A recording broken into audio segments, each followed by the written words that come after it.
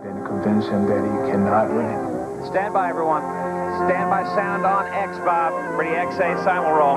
Jim, I see this as a fight between George Foreman's 70s Cadillac. Mike, you rolling? And execute. Here we go. Execute. And Evander Holyfield's 90s Corvette.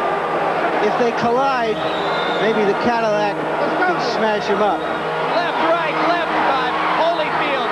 And a left and a right, and Foreman's in serious trouble. When Evander stops punching, George gets a chance. And he's making the most of it right now. Round 7, a microcosm for the whole fight so far. Both men have their chances. And they're applauding George Foreman for his courage and persistence. They're on their feet. Almost everybody in the arena standing up. The last chance to bring back the glory of so many years gone by. I don't think I've ever seen anything quite like this. An extraordinary display between rounds. The entire arena on its feet, cheering, stomping, and applauding both fighters. With Muhammad Ali watching at ringside. So many memories. So many of the relics of his past. Now here to pay homage as he takes his final shot.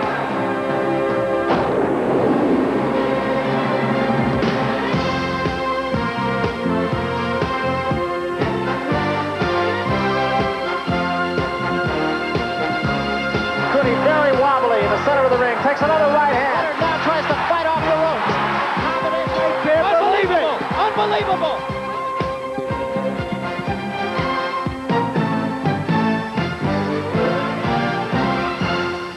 And now, from HBO Studios in New York, your hosts, Jim Lampley and Larry Merchant.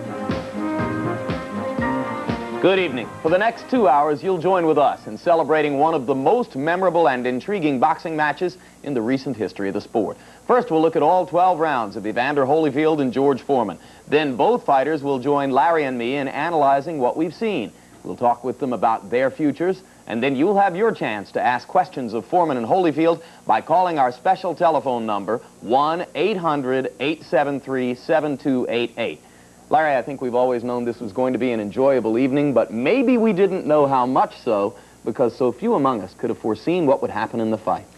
Jim, we were smiling in the days leading up to the fight, and we've been smiling in the days since the fight, and that's a rare thing in prize fighting. George Foreman, by turning away every skeptic with unquenchable humor and by harmlessly hyping his bad eating habits, created a great event. Inevitably, his wit, wisdom, and the odds against him had almost everyone pulling for him.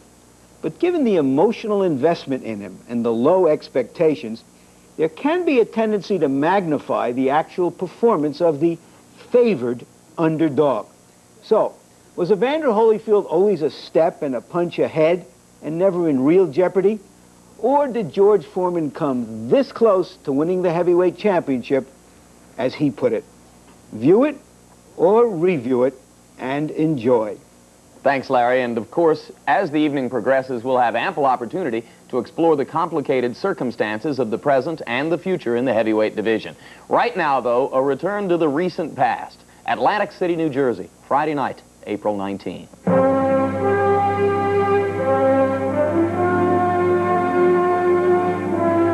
This is the Convention Center on the boardwalk in Atlantic City, New Jersey, where Trump Plaza plays host as HBO Sports presents World Championship Boxing.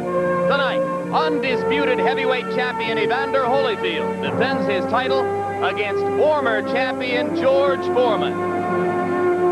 This 19,000-seat arena has been the scene of some of the most significant fights in recent heavyweight history. Among them, Spinks Cooney, Tyson Holmes, Tyson Carl Williams, and Tyson Spinks.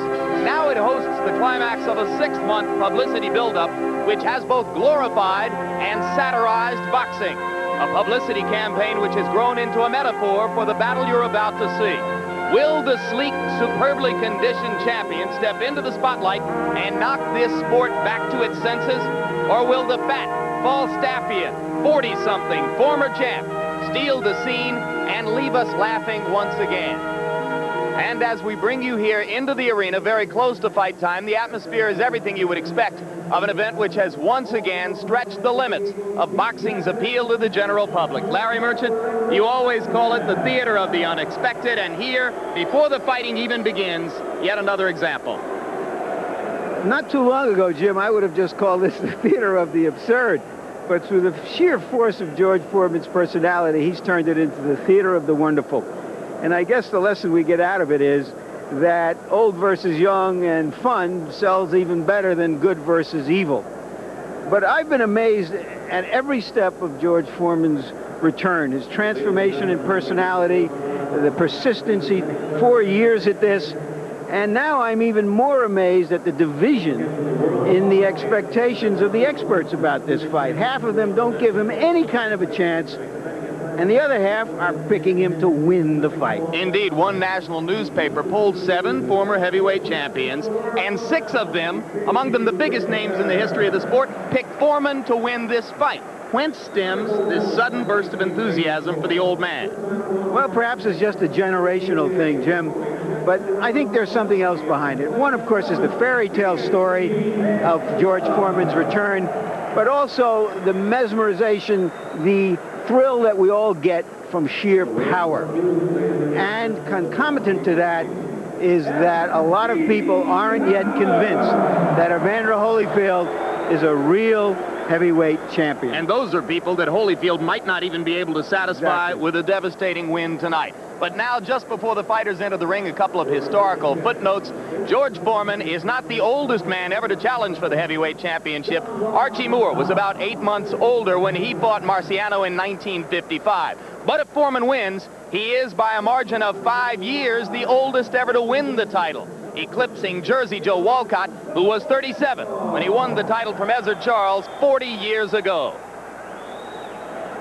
And now, to enter the ring first, the unlikely central figure in this 6-month comic opera, which is about to become a savage drama, George Foreman.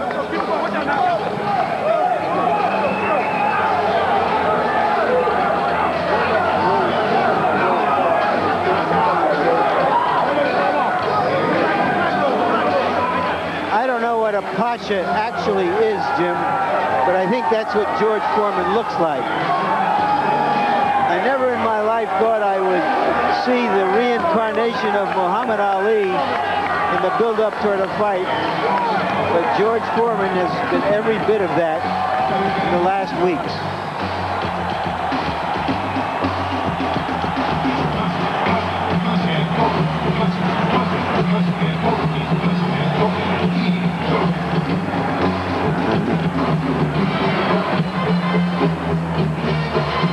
Expressions of public opinion on the fight have indicated that this crowd, like the rest of the American public, will be overwhelmingly in favor of Big George during the course of the fight.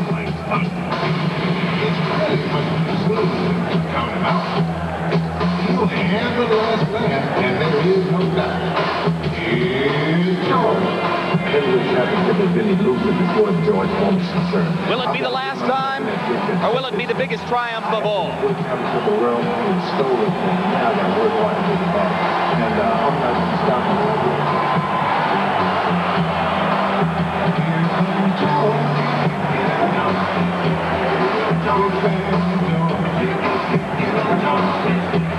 George Foreman, 69 wins, 2 losses, no draws, 65 knockouts.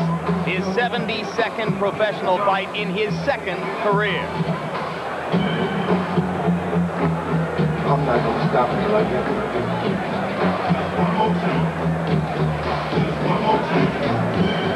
I'm not going to stop me like that.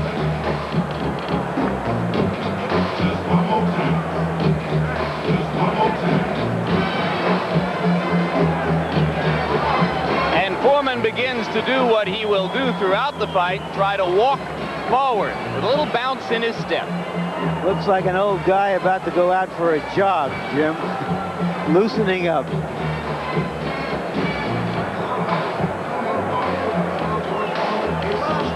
And while George strolls about the ring, far off in another section of the arena, The undisputed heavyweight champion of the world prepares to make his slightly less heralded entrance.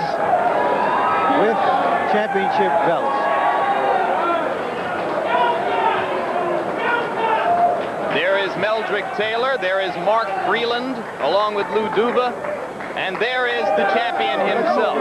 Taylor and Breland, of course, were Olympic teammates of Holyfield's back in 1984 and have remained close friends.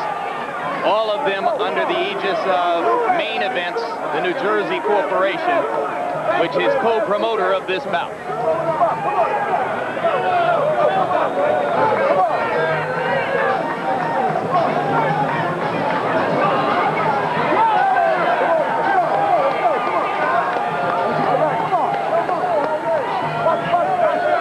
Just as Foreman is in a no-lose situation in this fight, many people believe that the champion is in a no-win situation, if you can call it no-win when he's going to make upwards of $20 million. And I mentioned Breland and Taylor. There, of course, is the fourth member of the close four-person friendship. Pernell Whitaker, the undisputed world lightweight champion, at Evander's left shoulder. Just coming into view of the big crowd now and making his way toward the ring. Perhaps it's my imagination, Jim. I don't see that same hooded look of determination that I saw in his fight before Buster Douglas. That look that said, I will walk through any amount of machine gun fire or howitzer bombs to get what I want. But you pointed out the no-lose situation for Holyfield. The dilemma, if he wins big, many will say he did nothing more than to beat up on an old man. If he loses, the sport's most finely conditioned and carefully prepared heavyweight will have been embarrassed. And by extension, some say all of boxing will have been embarrassed. Evander Holyfield has fought 25 times as a professional, most of those fights as a cruiserweight, 21 knockouts among his 25 consecutive victories.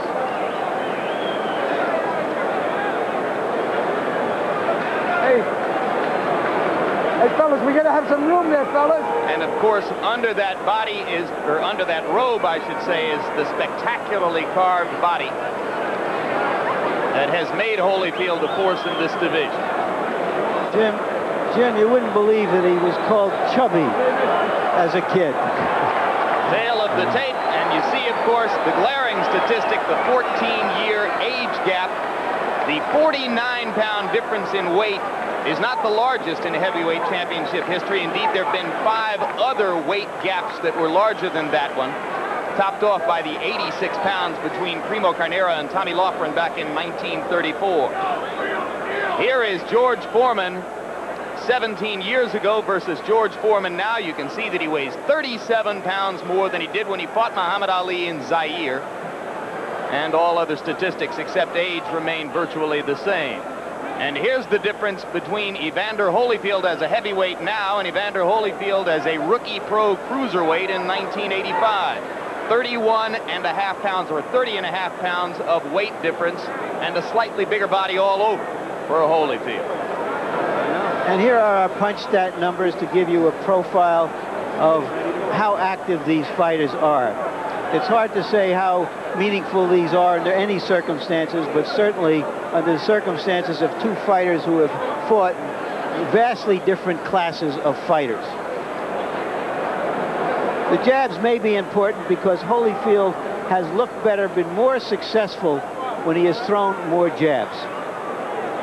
As was the case against Buster Douglas. And now the rules of the International Boxing Federation, which is the governing and sanctioning body for this fight. 3 judges scoring the fight on the 10-point must system.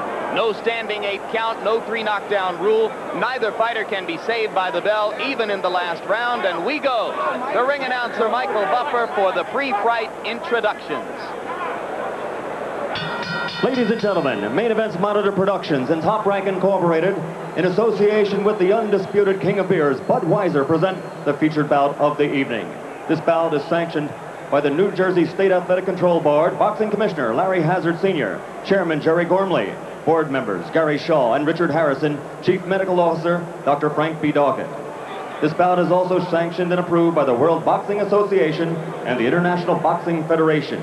The 3 judges at ringside scoring each round on a 10-point must system are Jerry Roth from Nevada, Eugene Grant from New Jersey, and Tommy Kazmarek from New Jersey. And the referee for this bout, working in a world title event for the 45th time from the state of New Jersey, is Rudy Battle. And ladies and gentlemen, at this time, 2 very special introductions. 2 former heavyweight champions who faced each other 20 years ago in the Battle of Undefeated Champions. They fought a total of 3 times, culminating with one of the greatest heavyweight matches, the Thrilla in Manila. First of all, let me introduce to you from Philadelphia, Pennsylvania. He's the former heavyweight champion who always brought one of the most devastating left hooks in boxing history into the ring. Ladies and gentlemen, Smoking Joe Frazier!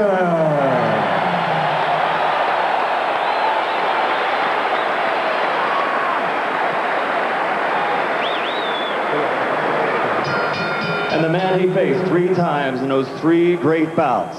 In 1960, he was a gold medal champion in the Olympics. 1964, he won the heavyweight title.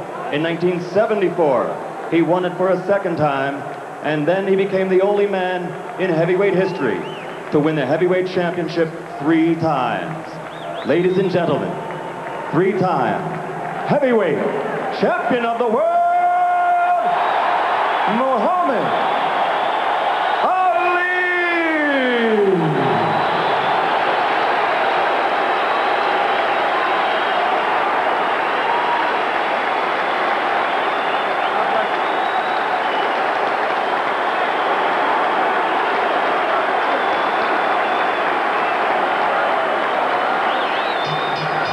And now, ladies and gentlemen, from Donald Trump's Trump Plaza Hotel Casino here on the boardwalk in Atlantic City, New Jersey, let's get ready to rumble! It's the Battle of the Ages. 12 rounds of boxing for the heavyweight championship of the world. Introducing first, fighting out of the red corner, wearing the white trunks and weighing in at an official weight of 257 pounds. This 1968 Olympic gold medal champion won the heavyweight title in 1973. After a 10-year hiatus, he returned to the ring in 1987, and since then his record has been a perfect 24-0 with 23 KOs. His career record as a professional, 69 victories, 65 KOs, only 2 defeats. 56 of these KOs have come in 4 rounds or less, and he's considered by most experts to be the most devastating puncher in heavyweight history. From Houston, Texas, ladies and gentlemen, the challenger and former heavyweight champion of the world, Big George Foreman!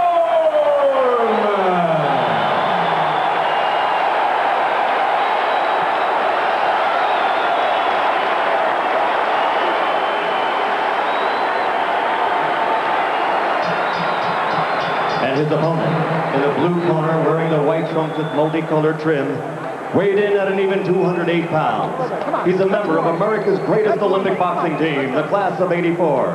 He won a bronze medal that year, and he was the first of that great squad to win a world title as a professional. In only his 12th professional bout, he became the cruiserweight champion. And he is now, in boxing history, the only titleist from that division to step up to the heavyweights and capture that crown also. His overall record as a professional is 25-0 with 21 KOs. More than half of his KO victories have been in 4 rounds or less, and not one heavyweight opponent has made it to the final bell. And for the last 5 years, he's knocked out every opponent he has faced. From Atlanta, Georgia, ladies and gentlemen, presenting the undisputed, undefeated heavyweight champion of the world, the real deal, Evander Holyfield.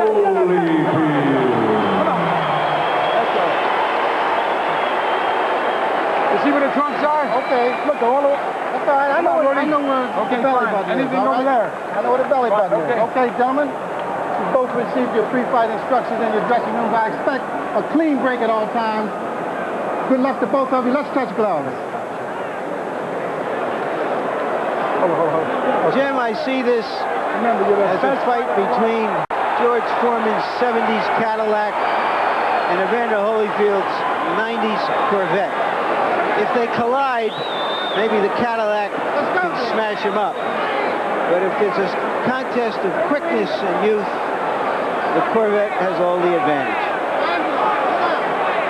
And in the closing minutes, just before the bell for round one, you saw Foreman bow, probably in prayer. You saw the little smile, almost of benediction, as he exchanged pleasantries with Holyfield in the middle of the ring at the end of referee's instructions. And now let's see, is George Foreman for real, or is this the farce that many critics have said it will be?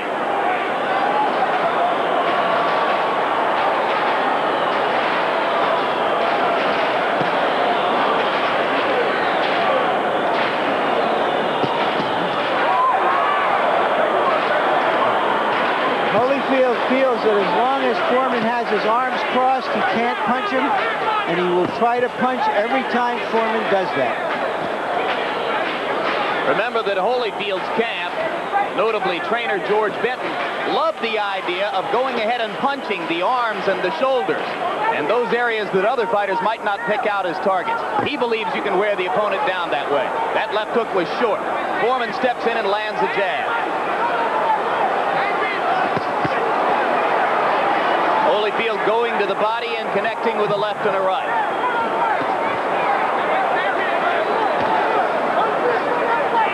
Question one, is Foreman quick enough to hit Holyfield? No conclusive returns on that one so far. You see, we're seeing Holyfield more on the balls of his feet than we have before. Foreman using the jab now to try to set up some initial contact. And Holyfield steps in with a right to the chest.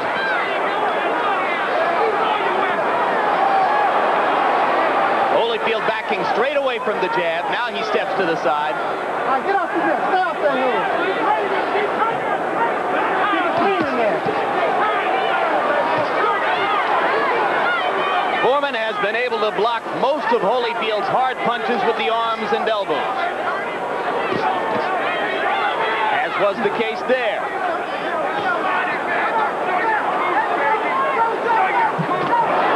George lands a clubbing right behind the head. And Holyfield at short range fires a left hook to the top of the head. And again.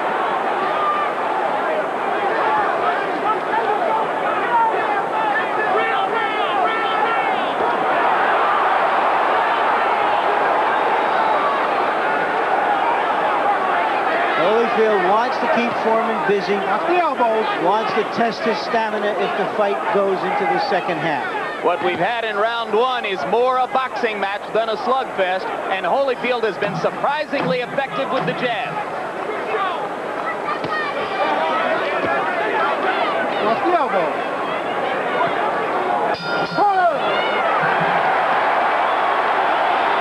An easy round for Holyfield.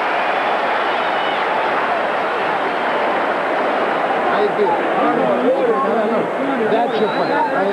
That's your fight. Now listen, you use the jab a little more, use the jab a little more. When it gets close to you, cut this. You have to cut this hard. Just the last two got to be hard. Keep doing what you do. Keep following.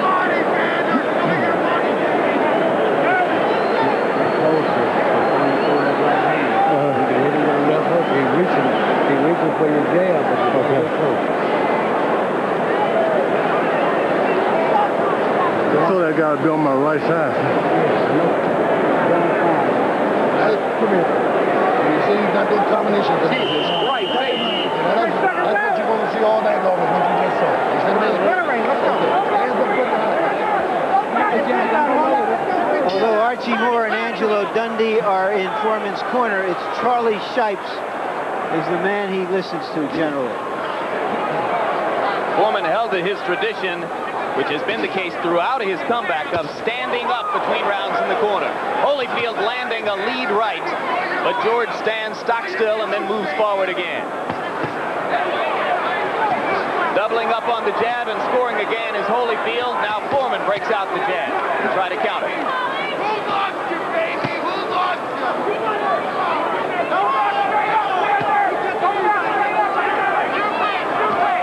Watch the elbow. Watch the elbow. Watch the elbow. Watch the elbow in here, George.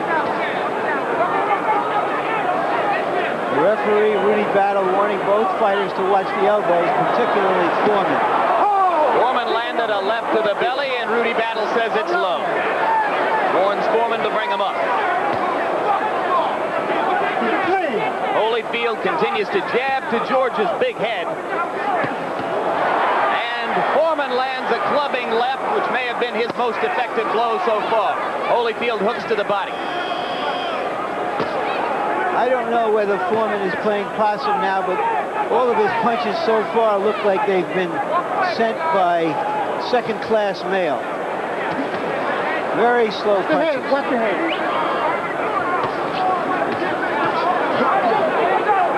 And true to what he claimed he would do, whenever Foreman comes out of the crab-like defense, Holyfield steps up inside and tries to beat him to the punch.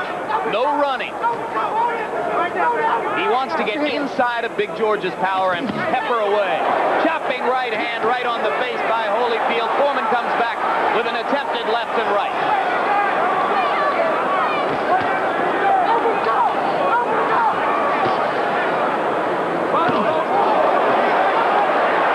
Butting left hand from Foreman, and Holyfield backs onto the ropes. Crowd gets excited.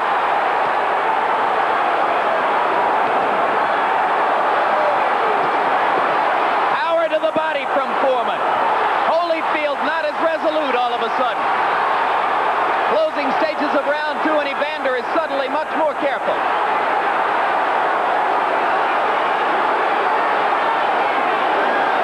I guess even second-class mail sometimes gets delivered.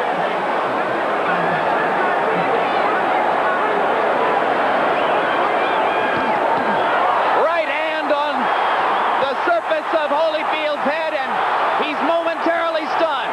Now he steps back up inside. But if there were any remaining doubts about the legitimacy of George's chances, he may have erased them in the last 30 seconds.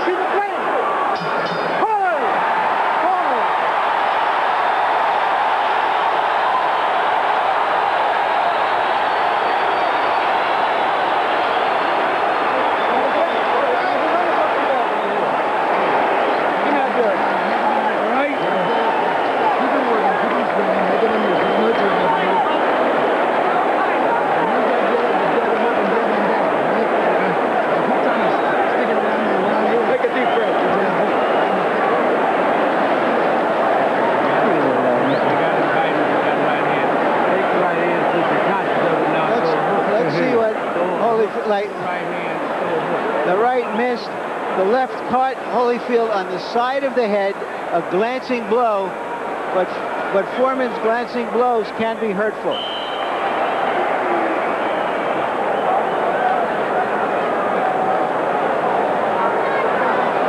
Well, indeed, Holyfield dominated the first 2 minutes of the round, just as he had the first round. But in the closing minute of the round, George landed 2 or 3 of those clubs, and now Evander seems anxious to set things right as we start out round 3, and Holyfield's at a faster pace already.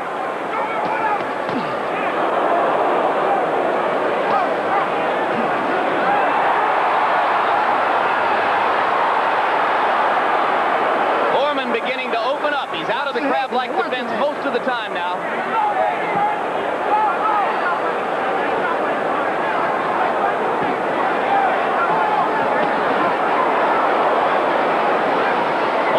Beating Foreman to the punch at close quarters.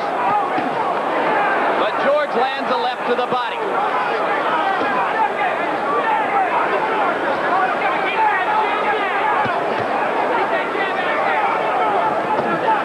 What George Foreman has always had in his both careers is great presence, the belief that he is the boss in the ring. And that communicates to his opponent. And you can see Holyfield is stunned by a left and backs up 2 steps. You get the feeling, Larry, that George feels he's felt the best that Holyfield can offer, and it doesn't bother him. He's willing to open up and just come forward now. Banging to Evander's body.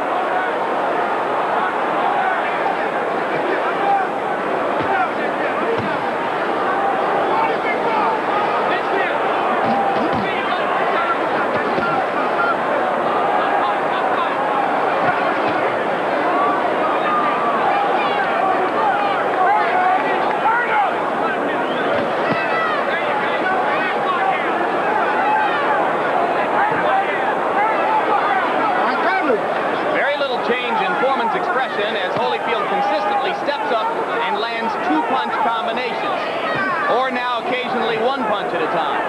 That's not what his corner wants. They want to see 3 or 4 punches in a row when he gets in there. Watch your heads in there. Watch your heads. Left and a right landed for Holyfield. Again, George shrugs and comes forward.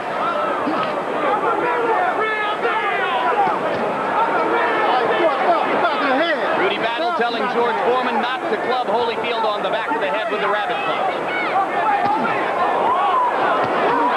Left, right, left by Holyfield. And a left and a right, and Foreman's in serious trouble. Bell may save him in this round.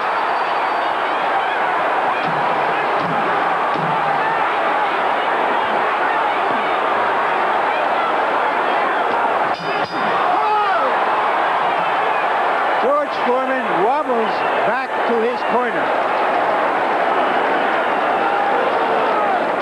got a jab, George. You got a jab.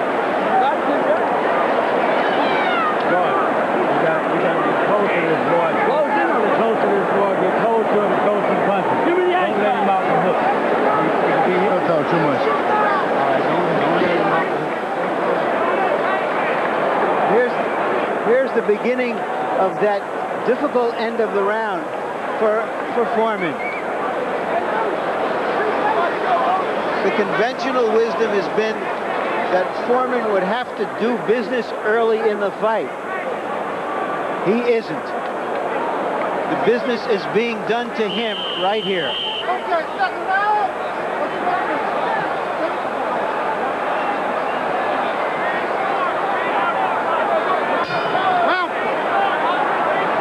Foreman runs across the ring. He may feel, Jim, soon that he has to shoot his boat because he can't take that kind of punishment and last into a long fight.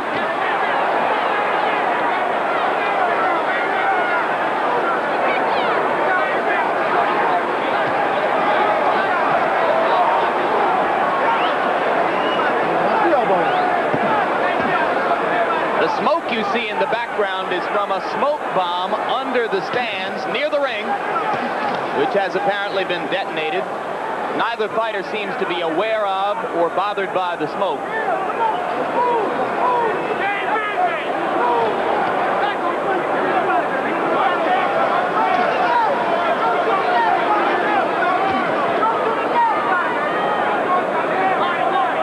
It's the bombs in the ring that have bothered George Foreman so far.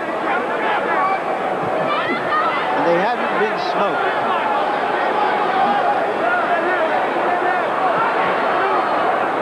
Let him go. Step up.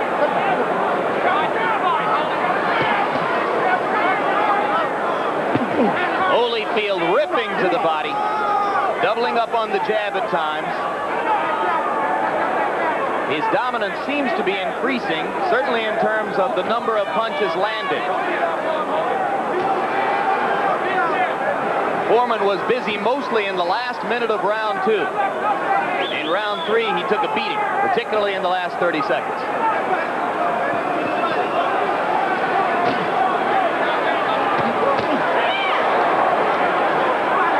Before he took the title from Buster Douglas, the image of Evander Holyfield was that he couldn't fight a planned, disciplined, tactical fight.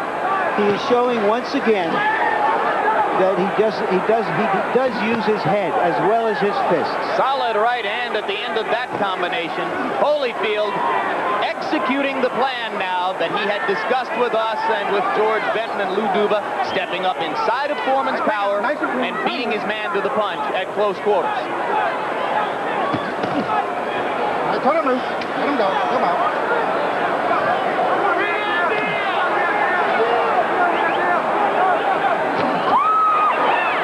Straight right hand may have gotten George in trouble. The big man wobbling a little bit as Holyfield steps back up and in. Two lefts to the body landed. Now Foreman opens up.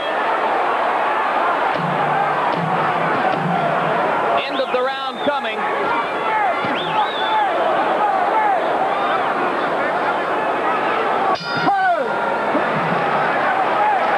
And Foreman is starting to show, I believe, some fatigue.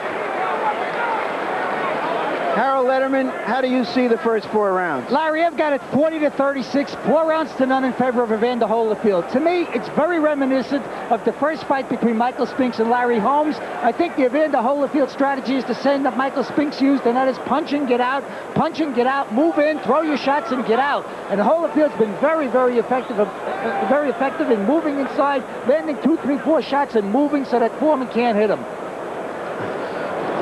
All yours. Just don't Let's take a look at Holyfield's combinations. A straight right followed by a left.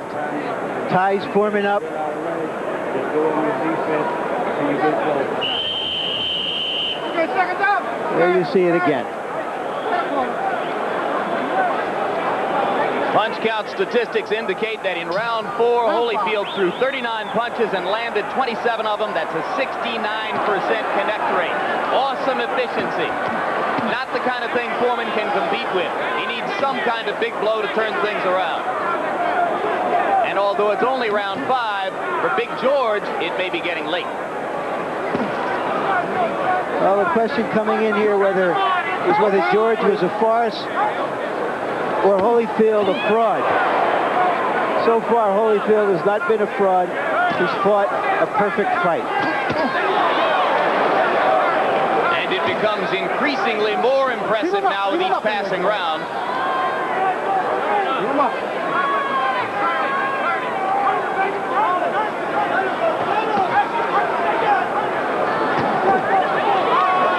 Warning, that's the second time. Keep him up. Next time I'll take a point away. You got a warning. The referee has told Foreman that was the second warning. The next time he has to issue one, he will take a point away. For low blow. For a low blow.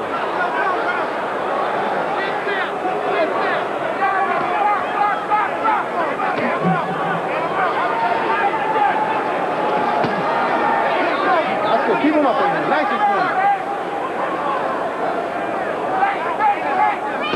2 days ago in the rules meeting, Holyfield's co-trainer Lou Duba complained in advance about low blows, so maybe he was successful in raising the referee's expectations with regard to that one thing. Good. Nice and clean.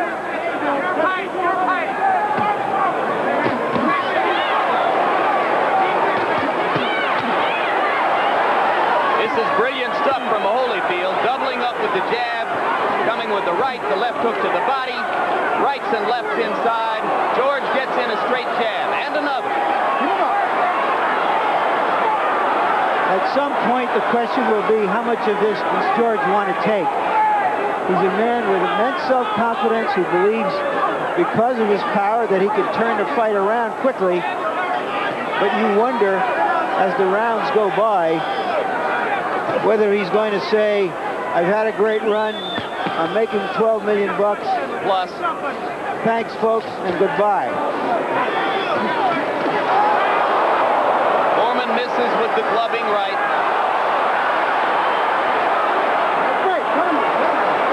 But he gets Holyfield to the body enough to stop Evander from punching.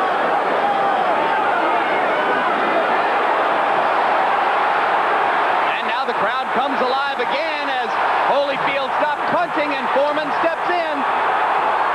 Closing seconds of round 5. Could it be George's last hurrah?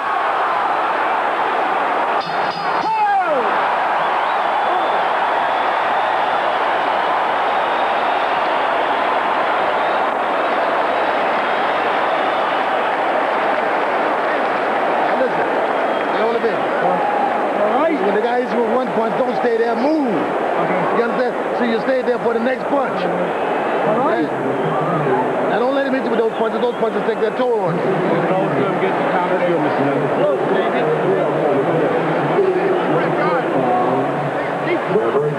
There was no fire in the building. It was merely a smoke. That was George's best shot, but it didn't have an awful lot into it.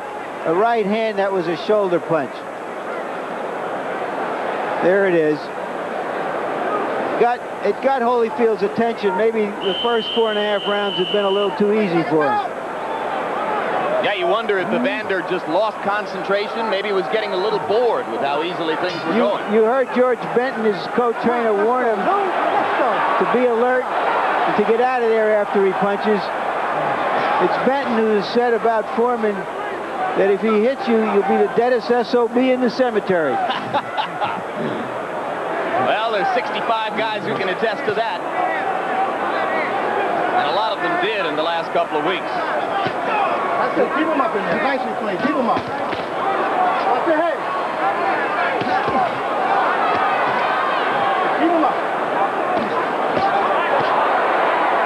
Vicious right to the head and a left to the body by Holyfield, who reestablishes command here at the beginning of round 6. Foreman steps in behind the jab again.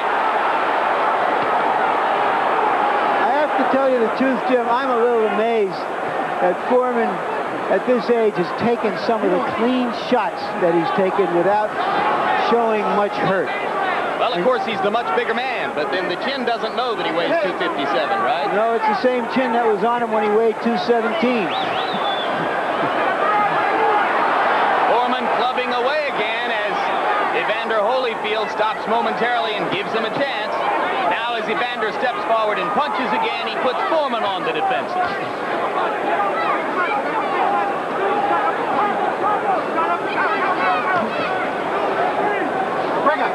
If you're going to wait for Holyfield to get tired, you probably have a long wait, longer than 12 rounds. Several days. The way George Foreman used to fight, so tense and tight, he would wear himself out. But he is more relaxed now, and perhaps that's helped him to maintain himself through this point in the fight. We're at the midway point almost. Indeed, Foreman says that in his first career, he was nothing more than a wind-up toy who had no options and no answers once the inner workings wound down. Sees himself as a whole different fighter now. Straight left, bothers Holyfield again, knocks him off balance for a second. George has been effective momentarily when he's been able to land the jab and step up behind him. Maybe Foreman's been able to take those punches because he's been doing nothing for weeks except eating and talking, so his jaw certainly must be in shape. Left hand landed for Foreman and rocked Holyfield back a little bit. Maybe there's still some thudding power in those blows. Right hand just misses, but the crowd gets excited. Holyfield comes back with a left and a right, both of them missing off the top of the head, but now he goes back to the body with good effect.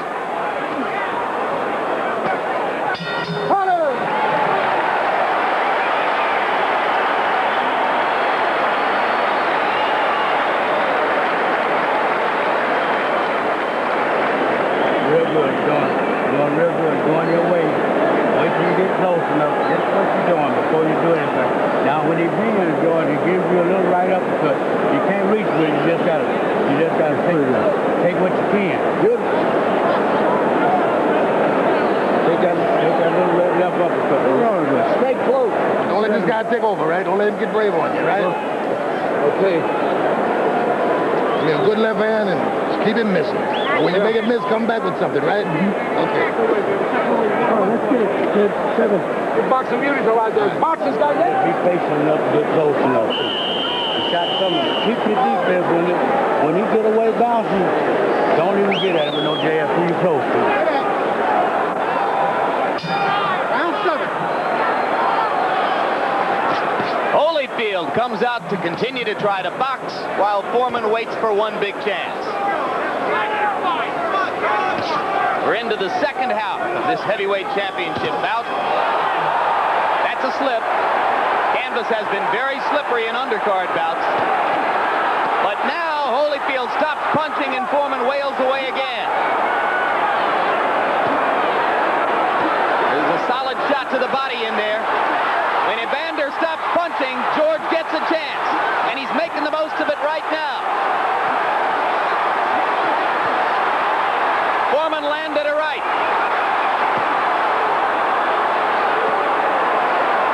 Holyfield's got to get busy. Occupy him again with his offense.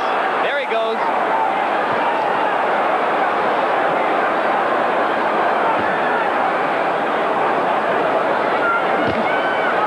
George just missed the uppercut. And Holyfield lands a vicious left to the ribs and a left to the jaw and turns things around again. Another left hook and a right. Will George go down? George is tired, very tired, and starting to show some hurt. Who wouldn't after that barrage?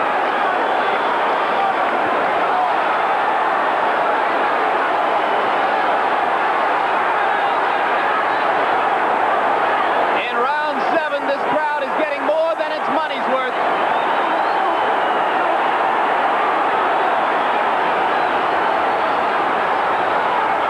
Foreman got a little breather there. Let's see if he's got anything left.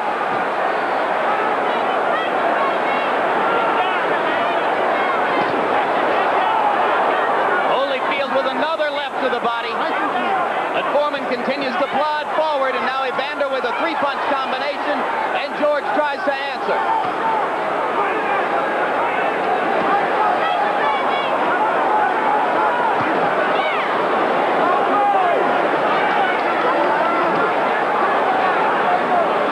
Holyfield with a right to the chest, and George is sucking for air.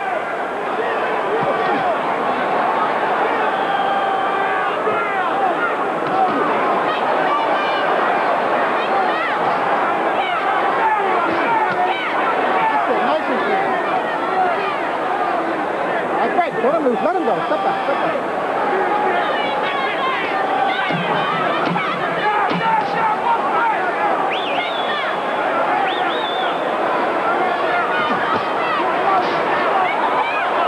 Round 7, a microcosm for the whole fight so far. Both men had their chances. And the crowd has loving it. Now look, what you got to do is step around him with the jab. You understand? Hey, listen. Now just step around him with the jab and punch him. Right? Now look, don't get hit with no crazy punches. You don't have to. Look. Whack him somewhere in the middle. Elbow. All right, this is the early part of the round where that right hand seemed to give Holyfield trouble. There it is again, a chopping right hand from Foreman. But in the second half of the round, this fusillade of hard punches from Holyfield. And the old man covers up. Covers up like an old man confused in traffic. But what a round, Larry. Both men landing over 50% of their punches in the round. Both men landing over 30 blows. You keep wondering how Foreman can bring anything back into the center ring at his age, taking the pounding he's taking and the discouragement that must go with it. More of the same. Holyfield steps up inside and cracks to the body.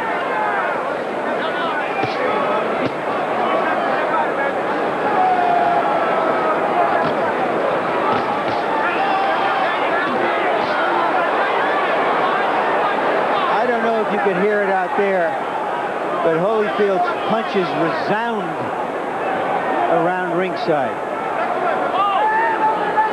People have been talking for months about Foreman's punching power. This is a chance for Evander to prove that he can fashion some knockout artistry himself.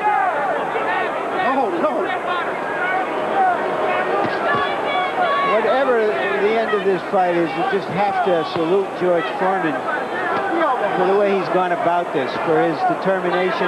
He could have folded his tent and gone away, and everybody would have said, hey, thanks, George. You gave us a lot of laughs for 4 years, and we're glad you made a big payday.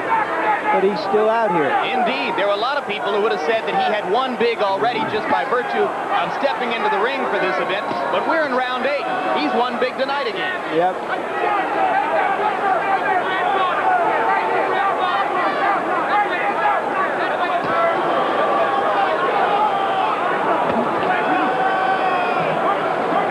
At about this point 17 years ago in Zaire that the Foreman machine ran out of gas. But this has been a whole different enterprise. There's been no rope-a-dope here tonight. As Evander Holyfield has pressed back in the action all the way. Solid right hand. Foreman stunned again.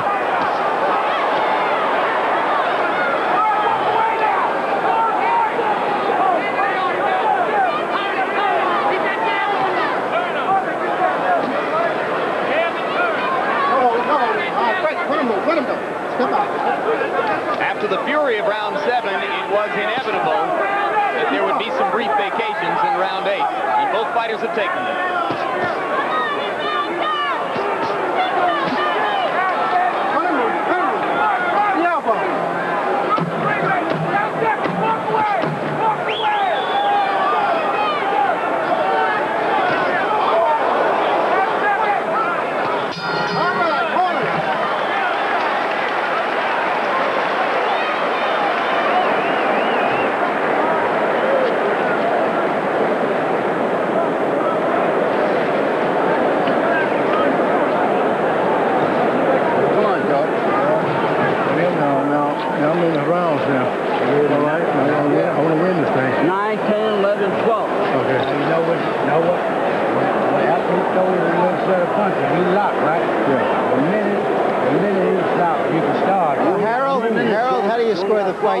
Larry, 79-73, 7 rounds to 1 in favor of Evander Holyfield. The only round I can see George Foreman winning was the 6th because Evander stopped moving and George started to get to him with some of those clubbing shots. But Evander's shots are so much more frequent, so crisper, so sharper, with so much more velocity and snap. George Foreman said to his trainer as he came back to the corner, how many rounds is that? I'm going to still win this thing. Let's see.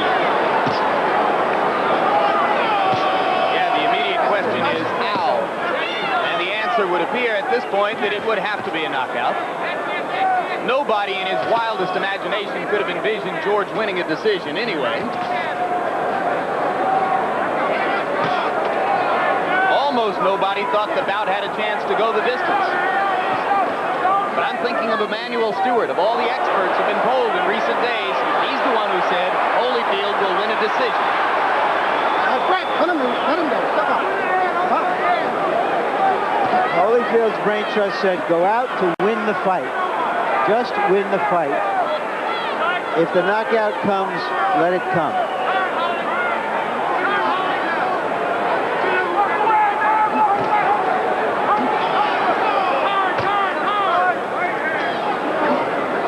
Both hands are free.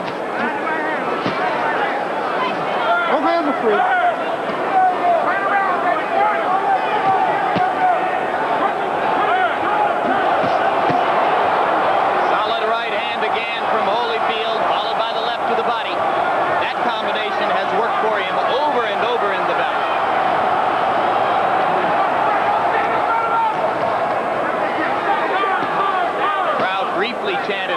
Foreman, but then it quieted down almost as quickly as it had begun. Holyfield with the jab on the button. Great.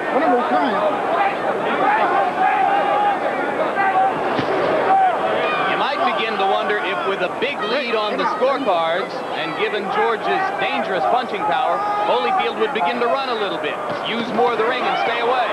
His corner doesn't believe that's the way to negate Foreman's power.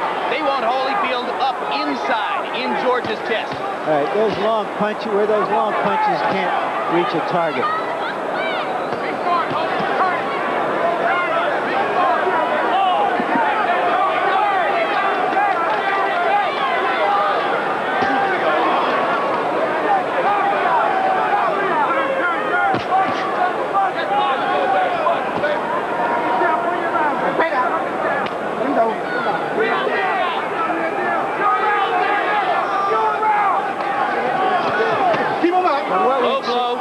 what we've seen so far, Jim, I don't think it would make any difference if Evander Holyfield weighed 190 pounds. The same thing would be happening. So the questions about whether he's a true heavyweight, at least as far as this fight is concerned. A solid right hand has stunned George Foreman. He can't be saved by the bell. He can't be saved by the bell, but he isn't going to go down either.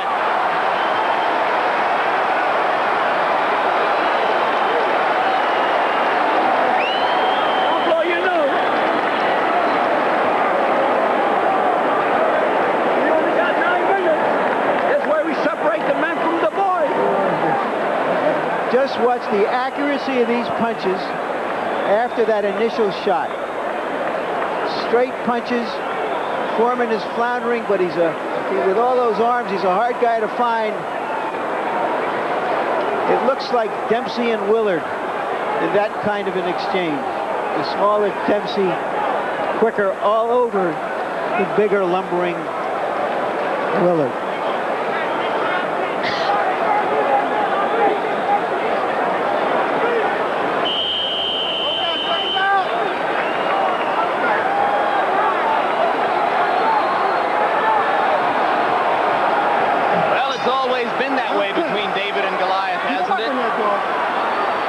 Of these huge man, smaller man matchups going back all the way through in boxing history. The smaller man has won, whether it was Bear against Carnera, whether it was Michael Spinks against Jerry Cooney in this ring a few years ago.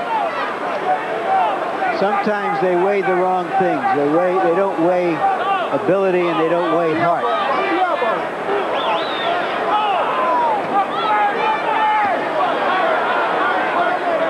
And we're getting to a point, Jim, where I'm beginning to think, all right, George, you're proving your point, and I hope he doesn't get hurt. Put some tape on there. He gets an extra rest here now, as Evander Holyfield must have a loose piece of tape cut from the glove.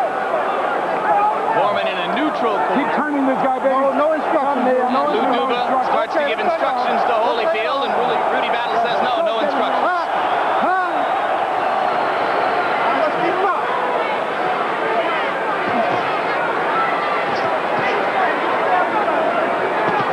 Keep him up in there, boy. Keep him up. Keep him up.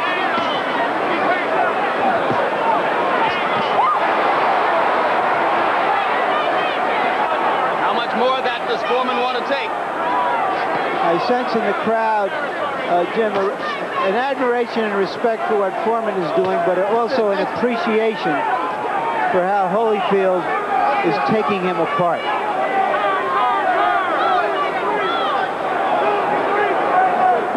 And perhaps also a general recognition that the issue has probably been decided here, to all intents and purposes. Solid right hands from Holyfield. Foreman wails back with the left, but he's groggy again. Long way to go in this round. Right hand, and Holyfield grabs and holds on. George still with some socket.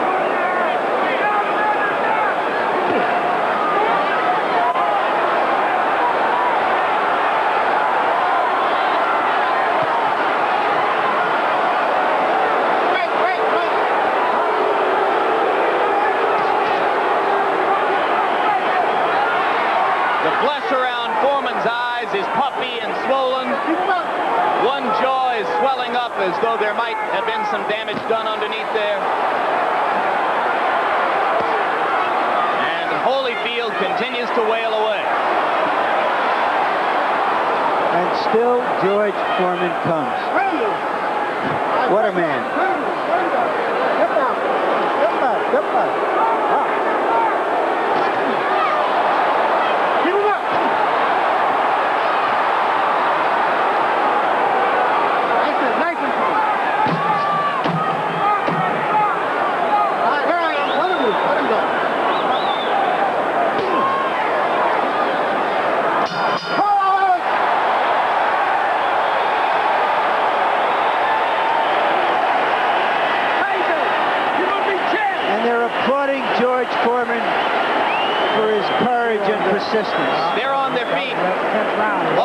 everybody in the arena standing up. He's doing just fine. George, you know that big straight right hand he's throwing that bag? Yeah. If you can hit him with a jab, you can hit him with a straight right hand, not looping it. The same thing you're doing.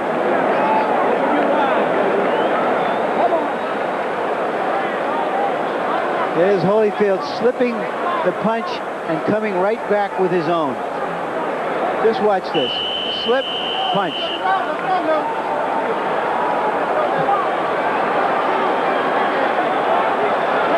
Charlie Chipes is telling Foreman, try to straighten up that right hand. Try to throw it straight.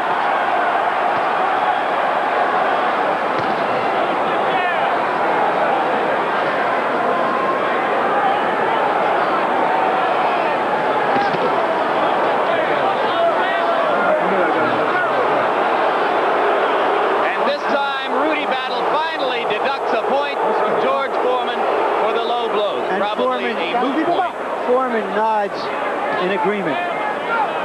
Battle gave him one extra chance.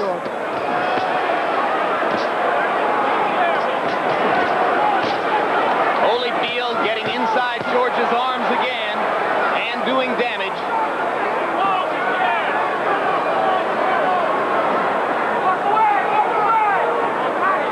Foreman looking and looking. These are the reflexes of a 42-year-old man against an exquisitely trained, prime of his life, 28-year-old champion. Yeah, try to move. Let it go. Step out. Step back. Let's go. Pop.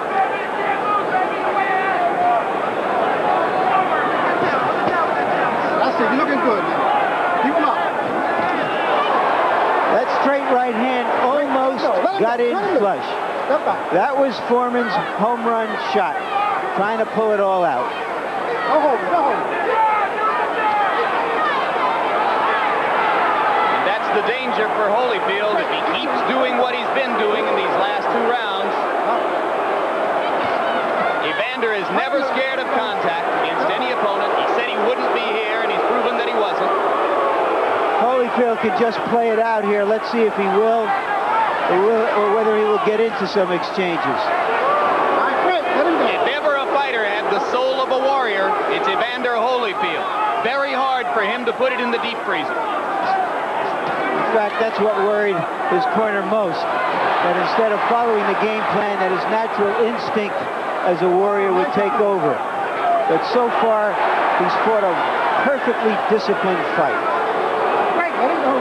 A brilliant fight against a big and courageous man. Frank, let him go.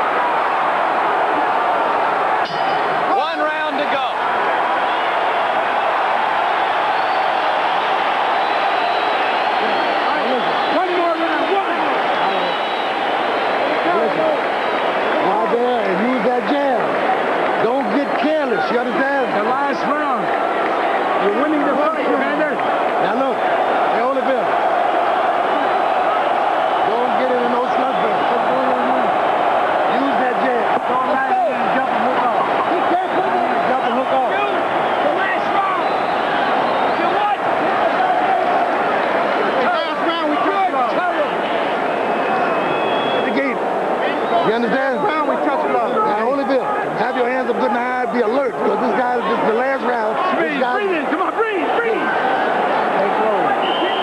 Stay close. Ladies and gentlemen, and final round. Let's have a round of applause. An extraordinary display between rounds. The entire arena on its feet, cheering, stomping, and applauding both fighters. Foreman left his corner and walked around the ring. The try to relax himself for the last 3-minute attempt.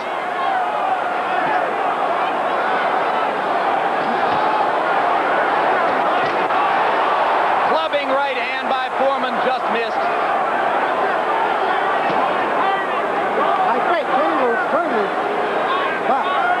A last chance to bring back the glory of so many years gone by. I don't think I've ever seen anything quite like this, Jim. There's so much sentiment here because it's been a one-sided fight, virtually a massacre, as you would. Foreman has taken a tremendous number of hard blows, but there is such a good feeling about him that everybody doesn't feel cheated, feels thrilled to have been here to witness it. Not the painful bitterness of Ali Larry Holmes. Something much more satisfying. They didn't want to see George humiliated. They didn't want to see him as a fraud.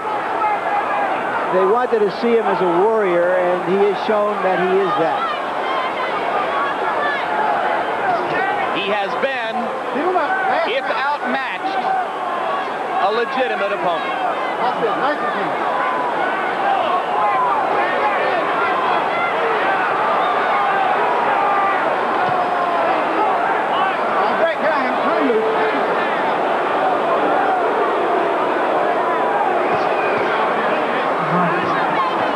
With Muhammad Ali watching at ringside, with Joe Frazier watching at ringside, so many memories, so many of the relics of his past, now here to pay homage as he takes his final shot.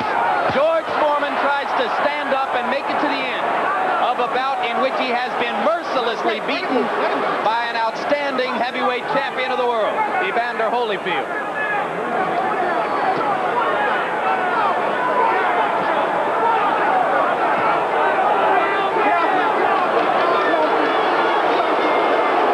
Evander Holyfield were on a crusade for respect. Certainly he's earned it in many ways tonight. Well, I don't know if we get it. A lot of people will say, beat it, old man, old slow old man, couldn't knock him out, and so forth. But a lot of people will say only, what'll he do against Mike Tyson? That question will haunt him for a long time.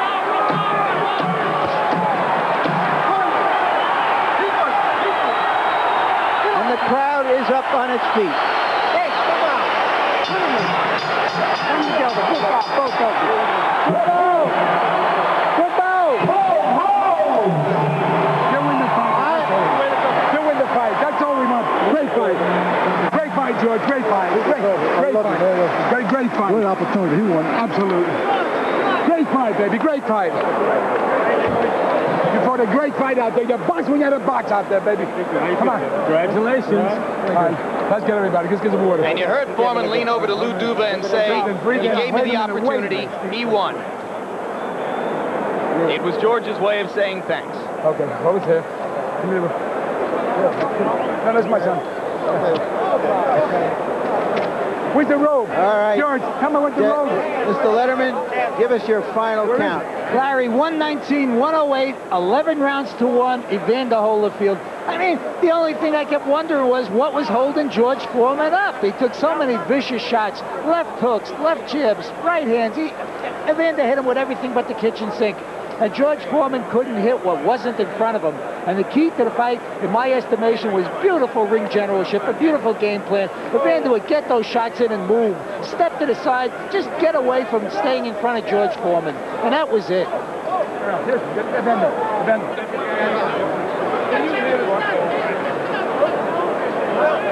All right, here's a look at the punch stats. If you needed any more conviction about what Holyfield did, if anything, it looked like he landed about twice as many punches and Foreman landed about half as many.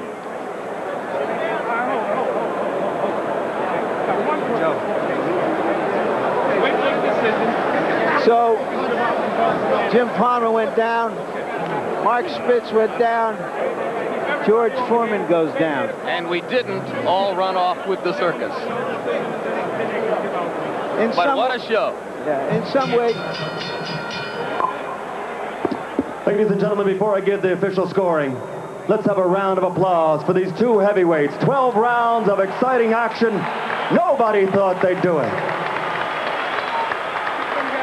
And now from the Trump Plaza Hotel and Casino here in Atlantic City, we go to the scorecards. Eugene Grant scores the bout 116 to 111. Tommy Kazmarek has it 115 to 112. And Jerry Roth scores it 117 to 100 for the winner by unanimous decision. And still, undisputed heavyweight champion of the world, the real deal, Evander Holyfield.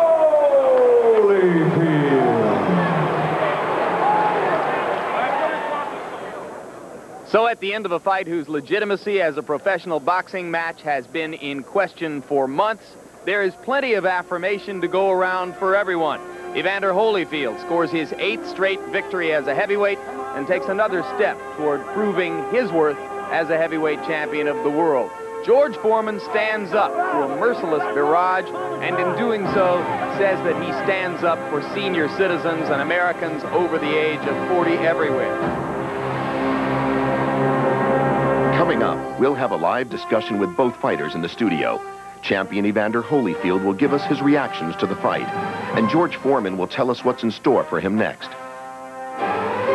You'll also see highlights and replays from selected rounds from the fight, and get analysis from both fighters about what happened.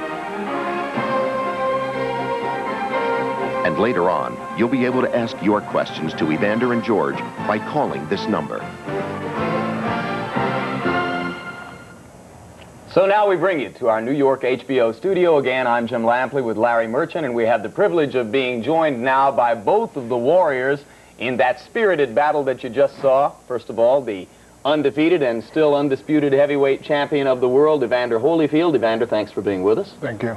And, of course, the 42-year-old challenger who covered himself with glory in the eyes of almost everybody with that great and spirited effort. George, thanks for coming in. Thank you. You're quite welcome. Evander, you've had several days now to reflect on what you've done. You told us that this isn't the first time you've looked back at the fight. You've seen it several times. As you watch those 12 rounds, what do you see now that you weren't aware of during the fight? Is there anything that surprises you? Well, you know, I took a lot of punishment and I was able to come back, but most of all, I did the things that George wanted me to do. George meaning George Benton. George your Benton. trainer. He didn't do what I wanted him to do. I wanted him to fall. But I'm happy about the fight. It was obvious that for 12 rounds, I was the aggressor. Of course, I was fighting a very skillful fighter, a lot lighter on his feet than I had given him the expectation of having. He moved. He was skillfully able to recover from the hard punches I gave him. All in all, it was a victory for every man who's 40, 50, and 60. It shows that, hey, you can bring it to a kid no matter who you are. He took it, but not because he was younger, but because he's a great fighter. You wanted him to fall. Did you ever think he was close to falling? A couple of times I had him on a hook, but they had trained him well to avoid being hit with 3 or 4 shots. Believe me, he was excellently coached, and he did a fine job. George, there's so much, and Evander, there's so much goodwill spread about this fight before and after that I thought you guys were trying to ruin the bad image of boxing. Don't you have to feel some anger and contempt for your opponent before a fight? Boxing is the granddaddy of all sports. There wouldn't be any ping pong without a boxing match. Believe me, it all started on that hand-to-hand combat. It's never a shot in anger. Evander Holyfield is a fine fighter. We wanted to win. Nobody getting hurt. And fortunately for both of us, no one was hurt. But we won a lot of fans for boxing, TVKO, and hopefully for HBO. It was an even match. We were evenly matched. The fight could have went both ways throughout the last round, even the 12 rounds. And so we give credit to the sport of boxing, the staff at HBO, and TVKO. Thanks, George. Evander, did you feel anger? Do you have to build up anger against your opponent before a fight? We certainly don't hear it. Well, not at all. I feel that as a competitive sport and the nature is hitting each other, but the fact it's been a competitor wanting to win is the motivation. And I feel that with George, you know, I respected George a great deal for more than one reason. For one reason, because he believed in the same thing I believe in, that's Christ. And I think in this fight, it's a victory for both to show people that it's not anger that win the fight, it's smarts. All right, gentlemen, let's move forward with some other business. We'll be back to talk to each other in just a little while. But right now, with the help of both fighters, let's re-examine highlights of the first 6 rounds of the fight. And as we look at this action, it's worth remembering that few of us in the arena or on press row now believed the first 6 rounds would look quite the way they did.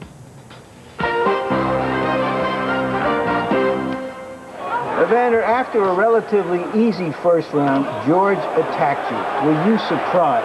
Yes, I was surprised with the speed of the left jab, which got him started with the overhand right, in which he had the momentum. It was hard for me to stop the momentum. I was trying to consistently land that overhand right.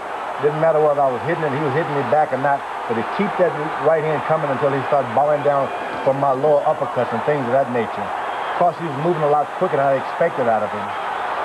And that made it difficult for you to get in that one extra punch that That's might right. If I start. had to do all over again, I would have came in a little lighter. I can straighten that right hand a little bit, but I had to throw an overhand right consistently this time. Round 3, Evander, you delivered a message of your own at the end of the round. Describe it. Well, I was trying to get respect right there, and I showed George I had the power. I felt that I had him hurt, and I thought I had him out.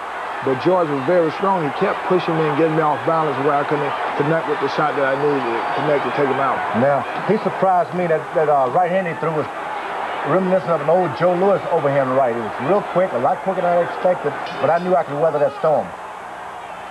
You did, and in the 5th round, you went at it again. Describe it. Yes, back to the old overhand right and coming in with a short hook. I realized he was avoiding my right hand, but if I could get a short hook afterwards, which he wouldn't allow me to get 3 punches in a row. But it's back to the overhand right, constantly throwing it, overpowering him. The champion is the champion. Well, gentlemen, let's look at the scorecards up to that point in the fight. All 3 judges split the first 3 rounds 2-1 for Evander Holyfield. One of the judges gave each of the next 3 rounds to Holyfield, 2 of them giving the 5th round to George Foreman. So after 6 rounds, at the midway point in the fight, Evander Holyfield had a lead on all 3 scorecards, but not so much of one that George wasn't in the fight.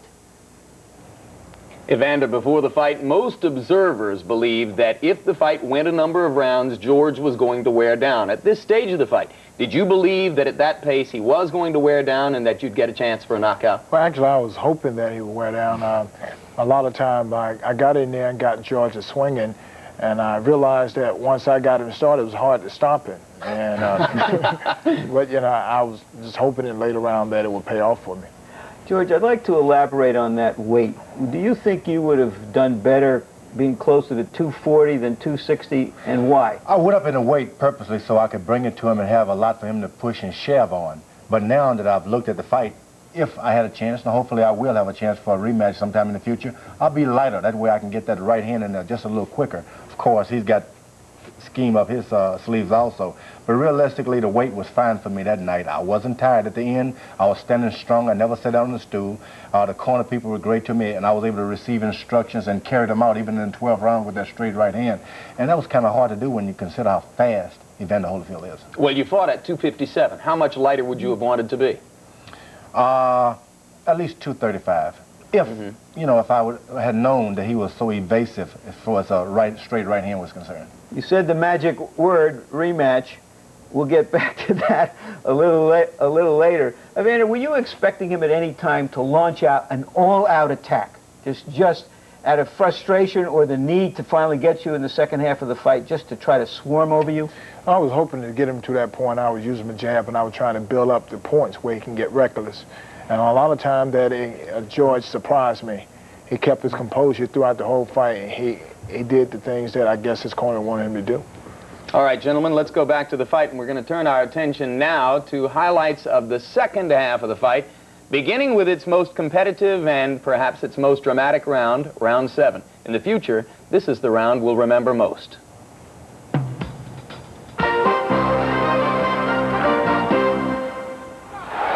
Both of you had big moments in the 7th round, Evander. What was your strategy right there, not throwing any punches at him? Well, right now, at this time, George got the momentum. I'm not trying to break it because I wanted him to get tired punching as long as I can be able to block the shot.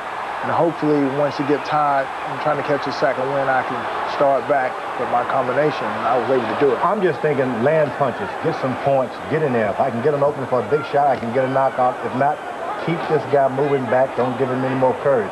He's throwing a good left hook to the body. Right now, I'm able to hit him constant, and I hit him 17 unanswered punches, and I couldn't see why he wasn't going anywhere. So I had to step back and regroup.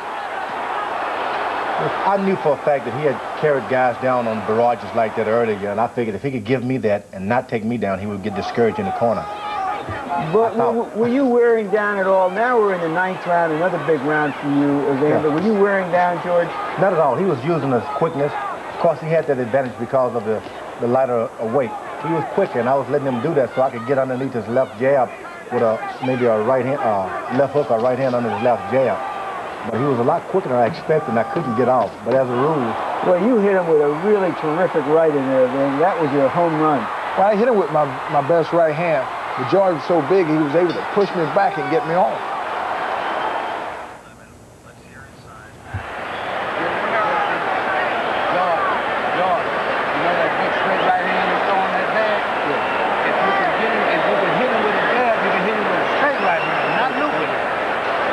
And he's telling you to throw the straight right hand, George. Did you have this on your mind? That's right hand that we practice all the time. I finally got it over.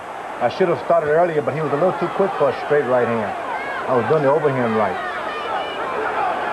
He recruits so well, though. At this point, I was trying to get one more right hand. Were you determined here basically to finish the fight, George? Not at all. I was still looking for that straight right hand to get him. Not just to finish, to win it. I was trying to land the last few punches, last few rounds, and to get it going.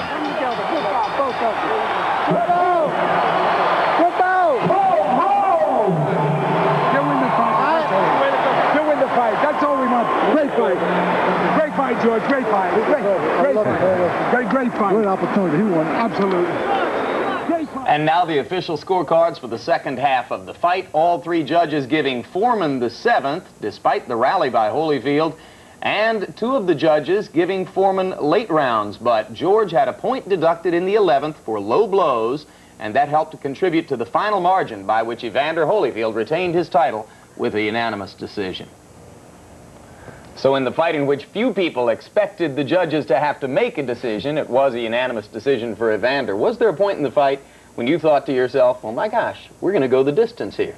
Well, after that 20 punch combination I hit George with, and I had to pull back and regroup. I knew that George had more than himself behind him. I knew that George had to have a lot of prayers behind him because I hit him with everything I had. And so I had to go back and say, well, I'm just outboxing. That combination would have knocked out any other opponent you've ever been in the ring with? I felt like it would have. I'm like, it's not many times you get a chance to hit anybody 20 times consecutive and not get hit back. And I was planning. George, you mentioned the magic word a while back, mismatch, rematch, I should say. Does that mean you've already decided that you will return to the ring? Not really. It's left up to my wife and my family. When you go 15 rounds, of course I was accustomed to going 15 rounds. 12 in this case. This went 12. And the judges render a decision. It's like a beauty contest, Miss America. It's a matter of opinion. And he won the fight by way of an opinion. I think, given another chance, if my family permits me, I could win that thing. Of course, I'd give him a little more respect next time, try to win the fights earlier, get a hit on a round so he could come to me, I can get a knockout. But there's no doubt in my mind I could do it. What are the factors you're weighing? What kind of offers do you have outside the ring? What kind of offers do you have to fight again? But basically, I'm a professional boxer by trade. Of course, I'm a preacher. I moonlight as a boxer, but realistically, no matter what offers you get, you consider being a boxer or you don't consider being a boxer. I came back in the business to be a boxer, and there are a lot of offers out there, but realistically, I'm seeking boxing opportunities if I decide to stay in the business. Nothing else important. Only Marvin Hagler has ever walked away from a huge payday that he could have gotten for a rematch with Sugar Ray Leonard. Can you walk away? It's not about paydays. It's about making sure that you leave out. The last round, the champion grabbed me, you know, and I had a few more punches left. Do I want to walk away with that thinking, hey, if it had been a 15-rounder like I'm accustomed to, could I have won? Maybe not, but maybe so. Do I want to live with that? Do I want to give it another year and try again? I have to consider that. When you walk out, you want to walk out with all questions answered. I have a chance to do that. I'm still basically a young man. Everybody out there better realize from this point on that 40 and 50 is not a death sentence at all. You can still dream. All right, let's talk about another potential extraordinarily big payday. The boxing public wants to see you defend your title against Mike Tyson. When and how is it going to happen? Well, I look forward to it, and I guess as soon as Don King and main event can get together and pull everything together, then we could possibly have a fight end of this year. All right. Let's look ahead for just a moment. For those of us who cover the sport, April 19 has set up an intriguing list of questions to be answered in the months ahead. Right now, with an eye towards some of the other fighters involved, a brief look at our view of the heavyweight division's immediate future. So we look ahead into the heavyweight crystal ball. What's next for the 28-year-old champion, Evander Holyfield? He'll take some time off, then return to his rigorous training routine, where attention will now be focused on Mike Tyson. If Don King, Shelley Finkel, and Dan Duva can come to terms, there is reason to believe Tyson and Holyfield could meet in the ring as early as this fall. The brawls between the ropes now take a back seat to the politics and painstaking negotiations among warring promoters and managers. Wait and stay tuned. And if Holyfield and Tyson can't agree to terms, there's a trio of unbeaten young heavyweight contenders standing by, as Holyfield's management considers the likes of Ray Mercer, Riddick Bowe, and Tommy Morrison. The recent performances of those three potential challengers are sufficient to demonstrate they may not be ready for multi-million-dollar fights. All of them appear to need more seasoning in the ring, more marquee value outside the ropes. The guess here is that those three will serve as opponent insurance should Tyson negotiations break down. Talks continue regarding a possible Mercer and Morrison match this summer. That would position the winner or Riddick Bowe for a fall title shot with the champion. All three are physically bigger than Holyfield, and that alone may tempt their managers. As for the undisputed champion, he stands and waits. And what about 42-year-old George Foreman? Will he retreat to his homes in rural Marshall and Houston, Texas, passing his days with a fishing rod or chopping down trees rather than opponents with an axe? Surely George will continue his role as preacher for the church he founded in Houston. But will the boxer George Foreman now retire? Or will he try to recapture those unforgettable moments of April 19? There has been talk of a match with a lesser opponent, a megabuck match with Mike Tyson, or a possible rematch with Evander Holyfield.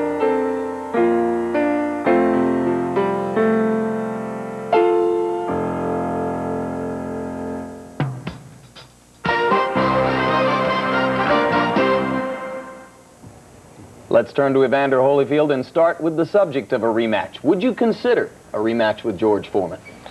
Well, you know, yes, I guess. I feel that, you know, I gave him the first opportunity. If I guess George feel that wasn't enough, because with my feeling, I was hoping that he wouldn't fight him again because the fact that he did so well.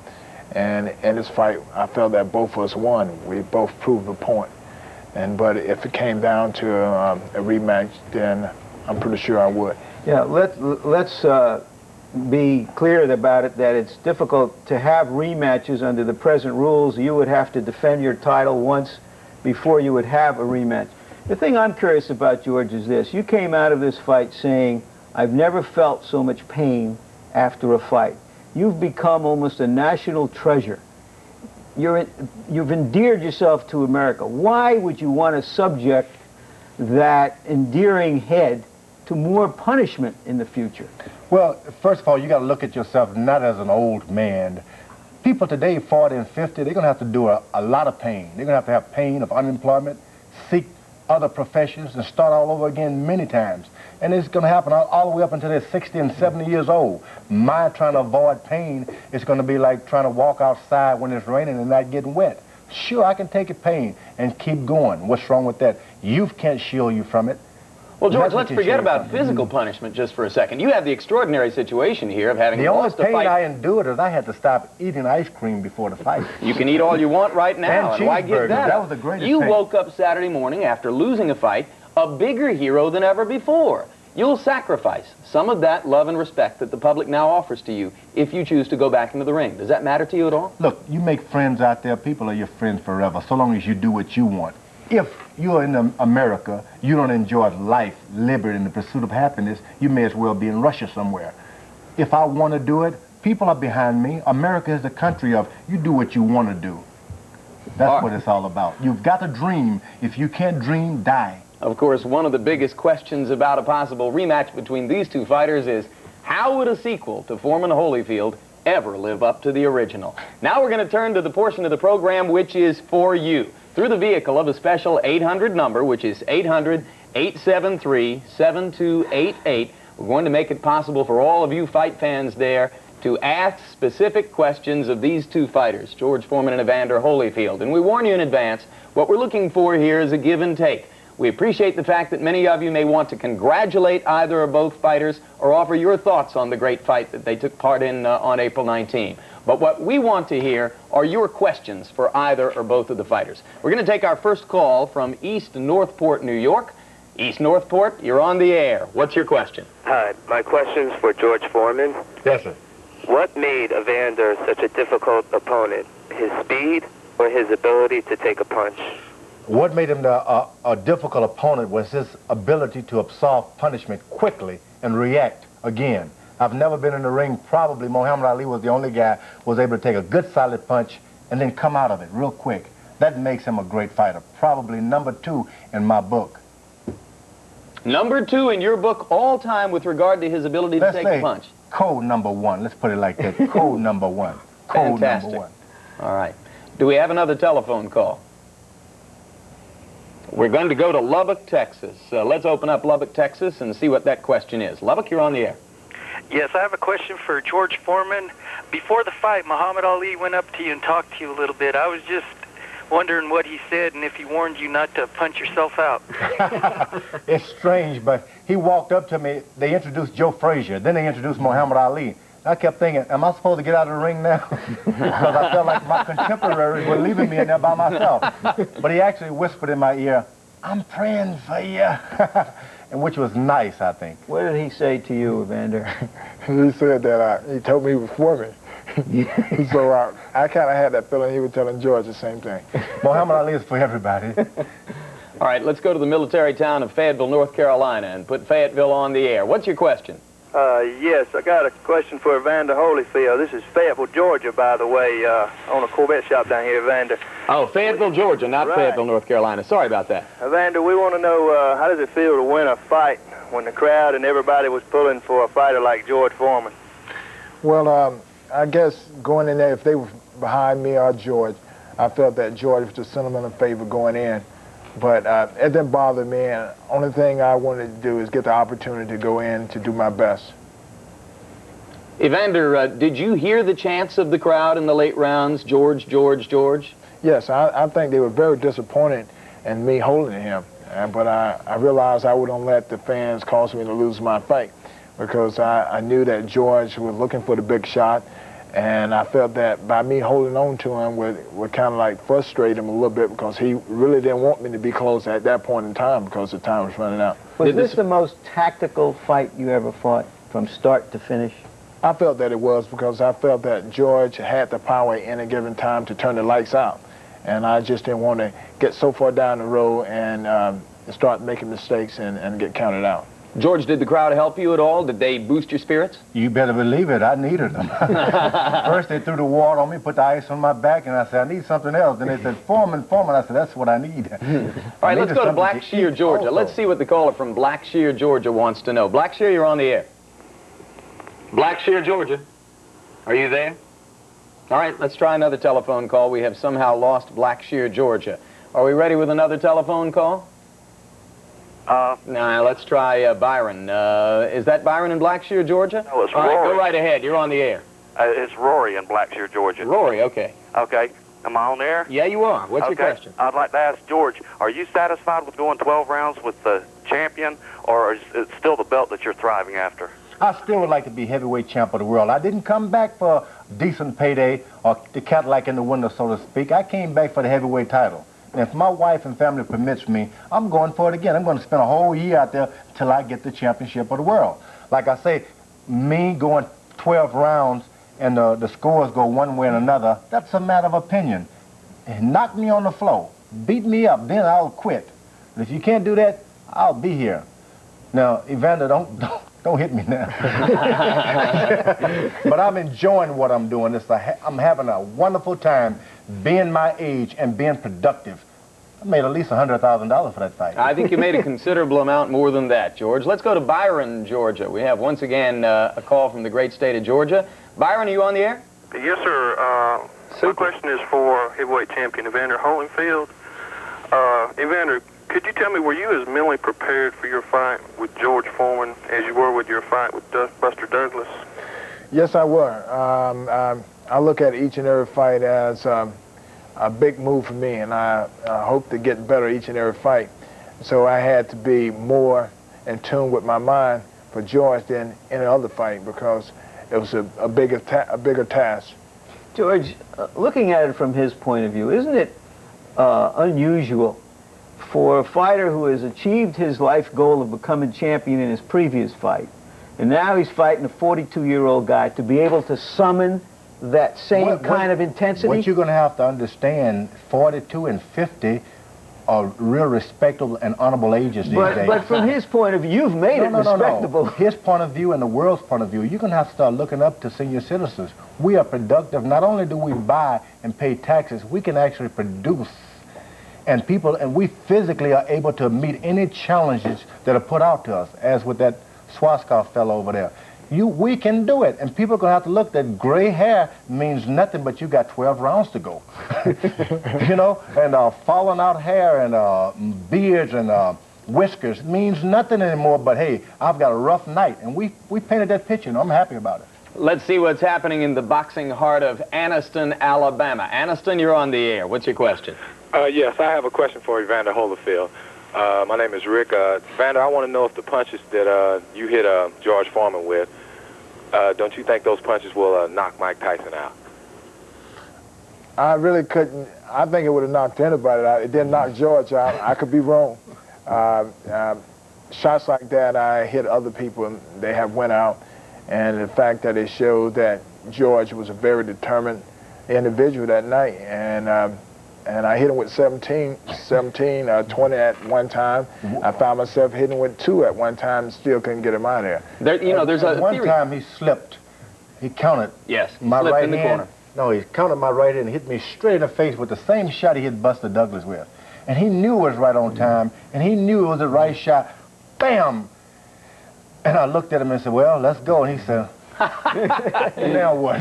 You're proud of your chin, aren't you, George? No, not being hit by his punch, but he hit me, and it was the right punch, it was the right everything, but it just so happened that at 42, I'm still a growing boy. Hey, Evander, you say to us that you have the capacity to fashion a slightly different fight plan for every fight according to the opponent.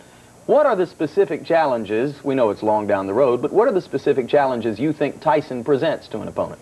Well, I think if you can get by the pressure that he put on, I feel that as an older fighter, he wanted a fighter that really don't give you any time to move. And I feel that just as Buster Douglas did, was able to get a respect and get him not to rush up on, and you can catch him coming in. All right, let's go to Cleveland, Ohio, and see what they're thinking about there tonight. Cleveland, Ohio, you're on the air with George and Evander. Hello, Tom Tilth here. Evander, have you ever encountered a more stronger granite chin than George Foreman? Did it shock you? No, I haven't. Not at all. I fought a lot of different people at the point of my 20-year career, and I never, ever in my life hit somebody with shot and I was planted. And I was planted, I was dug in, and I threw everything I had that night. And I thank God that he did stand up, because what it did is made both of us a winner. Maybe if I would have got him out early, then we wouldn't be here today talking about how great the fight were. You've seen a lot of fights, Larry. Are you surprised, knowing what you've known about George from his career going back to the Olympics in '68, that he didn't go down in the face of this? I think I was a little surprised, but I think the ability to take a punch is largely a mental thing. And it was obvious that George was so determined in this fight that that's what kept him coming back, just as it helped Evander come back. What I'm curious about, Evander, is that now that you're fighting bigger men, real big heavyweights, do you see yourself in a different light as a heavyweight, that now you're going to have to be the boxer puncher instead of the aggressive guy you've been in previous fights before the Douglas fight? Well, you know, when my career first started out, I started off as a boxer. When I met Lou and Joyce, they wanted me to be more of the aggressive fighter because I was stronger than all the light, heavy, and the cruiserweight. When I found myself moving up to the heavyweight, I found myself running into different problems, meaning that the heavyweight was a lot stronger, and I had to pull back and start using my boxing technique. And so, you know, as my career bloomed, I realized that to order to be successful, I'm gonna have to be smart enough to be able to know when to get in there and fight and know when to get out. All right, let's go to the neighborhood. New York, with a question for one of the fighters. New York, you're on the air. Yeah, this question is for the champ. Evander, has anybody ever hit you as hard as George did? No, not in a long time. I feel that George is foremost the strongest fighter I ever fought. He's the only guy that I hit and knew I hurt, but was able to still push me backwards and get me off balance. And that shows that the determination and drive that he had. George, it was part of the strategy, was it not, to be able to push Evander and move him around the ring with your forearms and occasionally with your hands? Were you successful in getting him off balance? I was totally successful, but what I didn't anticipate was that he would stick to his boxing tactics. You know, hit me with a good shot, I hurt him and then move out of the way. Hit me with 6 and then move out of the way. I didn't anticipate him constantly doing that. I thought he would revert back to trying to slug it out with me. But then again, I wanted every young man to look over at his dad about the 10th, 11th round and say, Dad, I didn't know you could do that. And I wanted to stay there and take everything he had for the sake of every young boy watching it with his granddad. Well, as a fellow 42-year-old, let me assure you that I looked over at Larry in about the 10th and the 11th round. I don't want any part of Larry. Hey, let's go back to the subject of your chin for just a second. Some of the writers and columnists who are following up on the fight are saying that you showed a change in character. You showed a step forward in your personality because you hung in there and took the punishment and stuck the fight out. It was not holding in there. I had some points up on that. Oh, yes, absolutely. And you got to understand, if there was a chin tested, it was the great Evander Holyfield's tested. I was the bigger man. I've got the 65 knockouts. He took those punishing punches and came back, and I hit him with good straight right hands, punishing left hooks. He took it. If anyone wants credit for having a great chin, it's not George Foreman. I was the big guy. He has the credit. He needs to take the credit for that. That chin of mine is just normal. Normal. Let's go to Mobile, Alabama, and see what the question is there. Mobile, you're on the air. Hi, my question is for Evander. What is there that would stop a Holyfield-Tyson match from happening? Well, Don King. That's the only thing that's stopping it right now. I'm looking forward to fighting Tyson. I'm sure Tyson's looking forward to fighting me. And what Don King got to realize, I'm the champion right now at this time, and there's no reason for me to run behind Tyson. And if he want to give Tyson an opportunity to be a champion again, then they have to come my way and negotiate the contract on fair terms. What do you mean by fair terms? Well, when I mean fair terms is what the rules and regulation always stipulate. The champion get 2/3, 75%, and the challenger get you know, 1/4. And so I'm looking forward to doing what's supposed to be done. But isn't Mike Tyson really a big draw? Wouldn't he help to create a gigantic purse, and shouldn't he deserve more than the normal challenger? Well, yeah, I look at it this way. When Tyson the champion, I was the challenger. I was a draw as well. But Don King told me I couldn't draw flies to a picnic. And I was, with me, I was man enough to say, well, I want the opportunity. And I'm looking forward to just fighting him for whatever I can get, just to get the opportunity to fight for a title. And so in this situation, Tyson got to do the same thing. I'm not saying that he's not a big draw, and I know that he's a big draw. But I'm the champion at this time, and if he wants the opportunity, then he has to fight under the terms of the contract. There have been a lot of flies to your last 2 picnics. They were the 2 biggest drawing cards in the history of the sport. A lot of flies. You saw Tyson Ruddock 1. What do you expect out of Tyson Ruddock 2? I expect a better fight. Of course, if Razor Ruddock, you know, he fought last time with 1 hand, I'm sure fighting with 2 hands, he should be better. And I guess if Tyson fight the same way, then the fight can go either way. George, you have an opinion on Tyson Ruddock? I didn't see the first one, but They're both great fighters, so why not look forward to a great fight? All right, let's do. And let's turn to Yonkers, New York, where we have, I'm told, a highly amusing question for Big George. Yonkers, you're on the air. Yeah, this is Bob Kenny from Yonkers, New York, and this is for the former champion, George Foreman.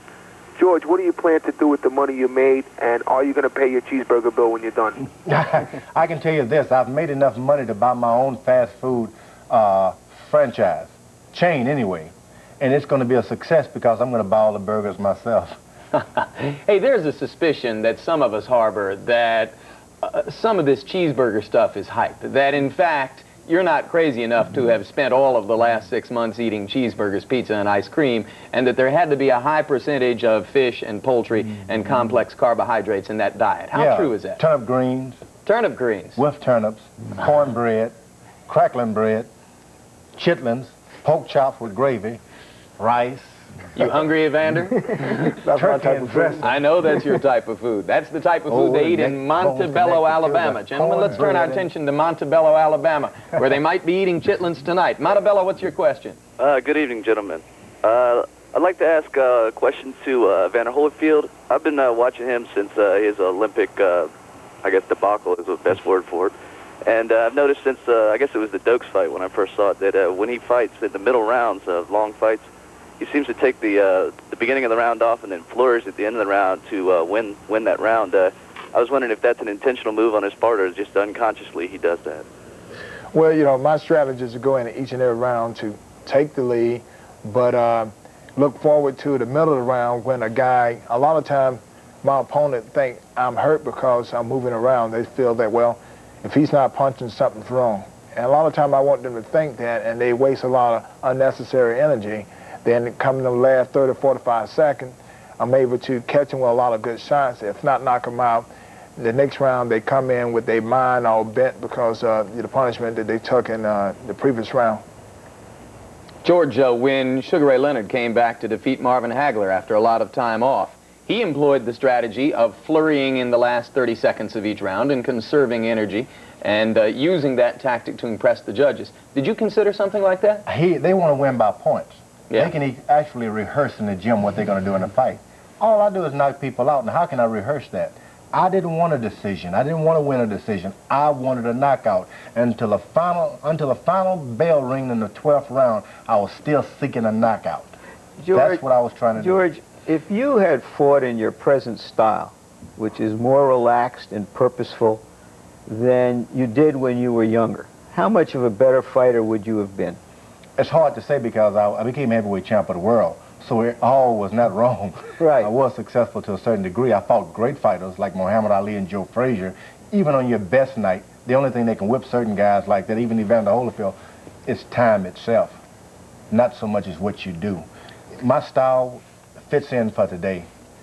I may have been out of style 15 years ago. I personally am of the opinion that tactically you're a considerably better fighter than you were at that time a long time ago. And there are some who say it would have been interesting to see this fighter in that body. But this fighter goes with this body, right? This fighter goes with that body, and this body is the body of the 90s.